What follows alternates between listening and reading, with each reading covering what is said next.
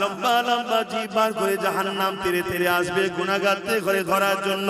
এই কঠিন দিনেতে এমন বাপ পাওয়া যাবে নিজের ছেলেকে জমিনে শুইয়ে দিয়ে তার বুকের উপরে পা দিয়ে দাঁড়িয়ে যাবে। কেননা এই সূর্যের তাপে তার জমিনটা পুরে পুরে লাল হয়ে গেছে। যেমন লোহা খুলে দিলে লাল হয়ে যায়, লোহা যেমন আগুনে দিলে লাল হয়ে যায়, সূর্যের তাপে জমিনটা লাল হয়ে গেছে। এই মানুষ জমিনে দাঁড়াতে পারবে না।